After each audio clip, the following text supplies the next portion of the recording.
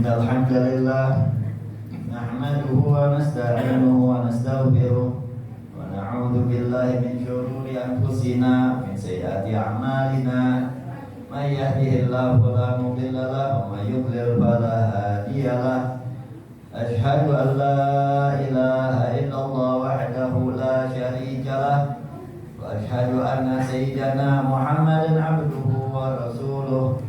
Allahumma salli ala sayyidina Muhammadin al-fatih lima ughliq wal khatimi lima sabaq nasiril haqqi bil haqq wal hadi ila siratikal mustaqim wa ala alihi wa sahbihi haqqa qadrihi miqdarihil azim. Amma ba'd, ma'asyiral muslimin rahimakumullah. Usikum wa nafsi bitaqwallahi wa ta'atihi la'allakum turhamun. Wa qala Allah ta'ala fil Qur'anil Karim, ya ayyuhalladzina amanu taqullaha haqqa tuqatih wa la tamutunna illa wa antum muslimun. Ma'asyiral hadirin, ma'asyiral muslimin sidang Jumat yang berbahagia rahimakumullah. Saya selaku khatib di hari Jumat ini, saya berwasiat untuk diri saya sendiri untuk bertakwa kepada Allah, untuk menjalani segala perintah-perintahnya dan juga menjauhi segala larangan-larangannya. Dan juga saya memberikan wasiat untuk para hadirin agar selalu bertakwa, agar selalu menjauhi segala larangan-larangannya dan juga melaksanakan perintah-perintahnya. Ma'asyiral muslimin rahimakumullah. Segala puji bagi Allah Subhanahu wa taala yang telah memberikan kita nikmat. Kenikmatan yang tidak bisa kita hitung dengan jari. Kenikmatan yang kita tidak bisa hitung dengan logika kita. Saking banyaknya kenikmatan-kenikmatan Allah yang telah Allah berikan kepada kita. Dari sebelum kita lahir hingga kita akan wafat.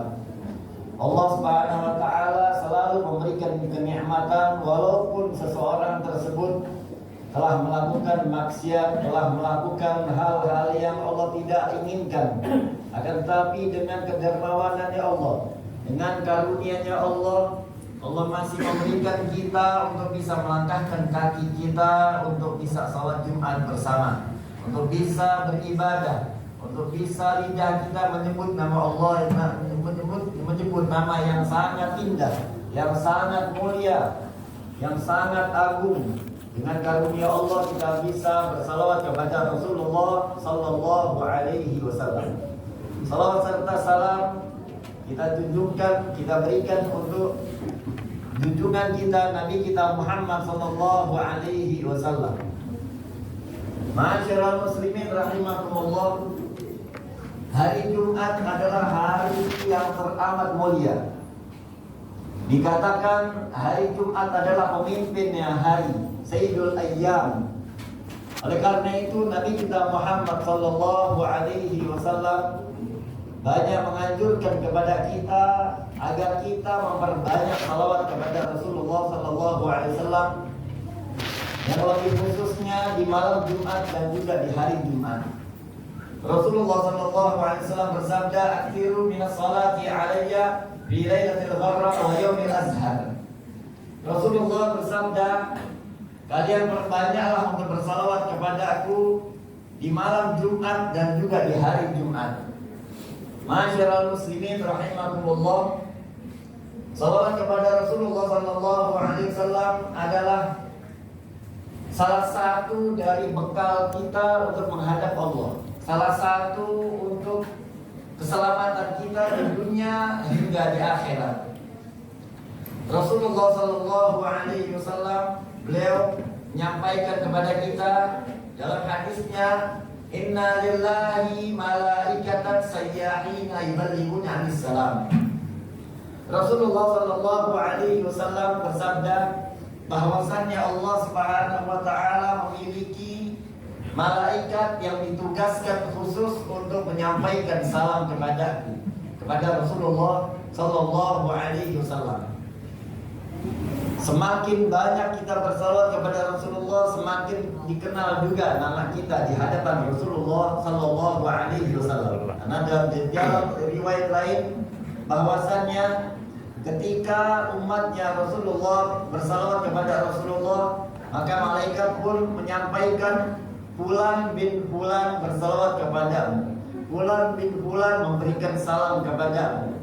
Terus hingga yaumil qiyamah, hingga kita di akhir hayat kita akan dekat dengan Rasulullah Sallallahu Alaihi Wasallam, akan diberikan keringanan ketika kita dicabut nyawa kita. Bahkan dikatakan ketika di alam kubur pun, ketika orang itu memperbanyak salawat kepada Rasulullah di dunianya, dia akan diberikan keringanan. Diceritakan dalam kitab Madhab Sya'ban, Sayyid Muhammad bin Ali Al-Malik Al-Hasani dikatakan ada seorang soleh bermimpi bahwasannya melihat seseorang yang telah meninggal, yang padahal sebelumnya dia banyak melanggarnya, banyak maksiatnya, akan tetapi dia punya rutinitas, dia punya wirid zikir, yaitu memperbanyak salawat kepada Rasulullah Sallallahu Alaihi Wasallam. Hingga orang soleh ini melihat ketika seorang tersebut yang dia memperbanyak salawat ketika dia di dunia, dia ditanya oleh malaikat Munkar Nakir. Ketika ditanya man rabbuka, man nabiyuka, wa ma qiblatuka, terus dia gugup untuk menjawab. Dia tidak bisa untuk menjawab karena saking takutnya ketika melihat malaikat. Karena seseorang menjawab pertanyaan malaikat Munkar Nakir bukan dengan hafalannya, bukan dengan kecerdasannya, melainkan dengan amalnya. Bagaimana dia di dunia, amal perbuatan solehnya, insya Allah lebih mudah juga ketika dia di alam kubur untuk menjawab pertanyaan-pertanyaan yang malaikat Munkar Nakir. Maka ketika dia hampir saja dipukul oleh malaikat Munkar Nakir, tiba-tiba ada sosok yang sangat indah. Sangat indah. Ketika itu dia menghampiri orang tersebut yang dia sedang gugup untuk menjawab pertanyaan malaikat Munkar Nakir. Tiba-tiba dia mengejakkan, dia menuntun untuk orang tersebut menjawab pertanyaan-pertanyaannya malaikat Munkar Nakir. Hingga selesai, orang tersebut terheran-heran. Dia tidak pernah, selama ini dia tidak pernah melihat sosok yang indah ini. Ketika dia tanya, siapa kamu yang telah dari awal sampai akhir kamu ikut menjawabnya, ikut untuk menuntun saya untuk menjawab pertanyaan-pertanyaan yang malaikat Munkar Nakir.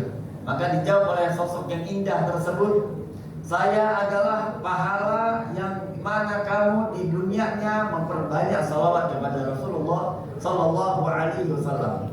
Sosok salawat kepada Rasulullah bisa membuat kita ringan di azab kuburnya, bisa kita ringan ketika kita di alam kuburnya. Bukan hanya kita di pada mahsyar, ketika kita mati masuk ke alam barzakh, salawat kepada Rasulullah Sallallahu Alaihi Wasallam ternyata bisa membuat kita mudah untuk menjawab pertanyaan-pertanyaan malaikat Munkar Nakir. Karena itulah yang sangat kita takutkan.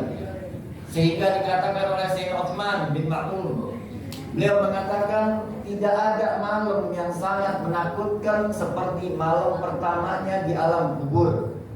Maka oleh karena itu saya himbau selaku khatib di hari Jumat ini untuk memperbanyak salawat kepada Rasulullah Sallallahu Alaihi Wasallam, karena saking banyaknya keutamaan salawat kepada Rasulullah Sallallahu Alaihi Wasallam. Yang salah satunya Rasulullah bersabda, "Man shalla 'alayya salatan wahidah, sallallahu 'alaiha biha asyra."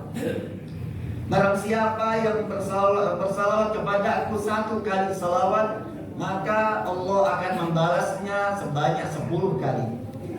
Satu salawat Allah balas 10 salawat kepada orang tersebut yang bersalawat kepada Rasulullah Sallallahu Alaihi Wasallam. Dan dikatakan salawat dari Allah untuk umatnya, untuk hambanya adalah bentuknya dengan rahmat, dengan kasih sayang. Dan dalam Al-Quran Allah tegaskan, inna rahmatallahi qaribum minal muhsinin. Rahmatnya Allah, kasih sayangnya Allah dekat dengan orang muhsinin. Insya Allah Allah menjadikan kita orang-orang yang senang bersalawat kepada Rasulullah Sallallahu Alaihi Wasallam. Dan juga dikatakan bahwasanya salatan yang tasilu biha ruhul musalli alaihi bih. Satu salawat akan menyambungkan ruhnya orang yang bersalawat kepada ruhnya orang yang disalawati, yaitu Rasulullah Sallallahu Alaihi Wasallam. Semakin banyak kita salawat, semakin dekat juga ruh kita dengan ruhnya Rasulullah Sallallahu Alaihi Wasallam. Oleh karena itu banyak para ulama kita menganjurkan untuk kita semua memperbanyak salawat kepada Rasulullah Sallallahu Alaihi Wasallam yang lebih dibutuhkan lagi di akhir zaman seperti ini, yang sekarang maksiat sudah menjadi hal yang biasa, yang hal yang taat menjadi hal yang sangat asing. Oleh karena itu hendaknya kita memperbanyak salawat kepada Rasulullah Sallallahu Alaihi Wasallam agar kita semua diselamatkan dari fitnatul zaman, dari zaman yang sangat menjolak, yang sangat banyak bala, banyak musibah, banyak maksiat di mana-mana. Dan salah satu dari memperbanyak salawat kepada Rasulullah Sallallahu Alaihi Wasallam yaitu faedahnya adalah membersihkan hati. Dikatakan billahi karrir dzikra wasli Muhammadin kaima tuziha anil qulubil rana. Billahi demi Allah, karrir dzikra wasli Muhammadin, kamu ulang-ulanglah sifatnya Nabi Muhammad. Atau dikatakan juga ulang-ulanglah untuk bersalawat kepada Rasulullah. Sebutlah nama Nabi Muhammad Sallallahu Alaihi Wasallam. Tujuannya apa? Kaima tuziha anil qulubil rana. Tujuannya agar kita dibersihkan dari karat-karatnya hati, dari kotoran-kotoran hati, dari sebab kita maksiat kepada Allah Subhanahu wa taala. Sehingga kita bisa menjadikan manusia sebagai manusia, tidak meremehkan satu sama lain, tidak menjatuhkan satu sama lain, tidak saling berbangga-banggaan, tidak saling meremehkan. Karena seseorang yang sombong di hadapan umatnya Rasulullah Sallallahu Alaihi Wasallam itu sangat bahaya. Dikatakan oleh Rasulullah Sallallahu Alaihi Wasallam, la yadkhulul jannah man kana fi qalbihi dzarratin mithqala dzarratin min kibr. Rasulullah bersabda tidak akan masuk surga, yakni tidak akan masuk surga di awal, dia akan akhir, dia akan lebih lama lagi untuk bisa masuk surganya jika di dalam hatinya ada sedikit perasaan sombong pada hamba-hamba yang lainnya, pada kawan-kawannya. Maka ada seorang sahabat yang bertanya, "Ya Rasulullah, inna rajul yuhibbu an yakuna thawbuhu hasanah wa na'luhu hasanah." Ya Rasulullah, bahwasanya fulan dia suka bajunya bagus-bagus, mewah-mewah, dan juga sandalnya bagus-bagus. Artinya sahabat ini ingin bertanya, apakah orang yang bajunya bagus itu termasuk sombong? Apakah orang yang sandalnya, kostumnya dia bagus itu termasuk sombong? Maka Rasulullah pun menjawab, innallaha jamil yuhibbul jamal. Bahwasannya Allah adalah maha indah dan menyukai keindahan. Al-kibru batrul haq wa ghamtun nas. Yang dimaksud sombong di sini adalah batrul haq, menolak kebenaran, wa ghamtun nas, dan juga meremehkan manusia. Mudah-mudahan dengan salawat kepada Rasulullah, mudah-mudahan dengan kita senang mengaji, senang mengaji akhlak-akhlaknya Nabi kita Muhammad Sallallahu Alaihi Wasallam, senang mendalami dalam Islam, akhlak-akhlak dalam Islam, keindahan Islam, mudah-mudahan kita semua diselamatkan dari kesombongan. Mudah-mudahan kita semua dibersihkan hatinya. Allah jaga semua dari mulut-mulut yang tidak baik, dari lidah-lidah yang tidak pantas untuk diucapkan kepada siapapun. Bahkan kepada ahli maksiat kita diajarkan ketika kita melihat orang maksiat, dikatakan oleh Imam Ghazali, hendaknya seorang tersebut melihat kepada ahli maksiat, seandainya orang ahli maksiat tersebut dia bertaubat dan saya belum bisa mengetahui apakah saya akan mati dalam keadaan baik ataupun yang buruk. Seandainya orang ahli maksiat tersebut dia taubat sehingga dia mati dalam keadaan husnul khatimah, itulah yang diajarkan oleh Imam Ghazali. Hendaknya kita setiap melihat seseorang ada alasan untuk kita tawadhu, ada alasan untuk kita merendahkan hati kita. Ketika kita melihat orang tua, kita melihatnya orang tua tersebut dia telah banyak untuk beribadah, dia telah banyak untuk melakukan amal-amal soleh, sedangkan saya lebih muda.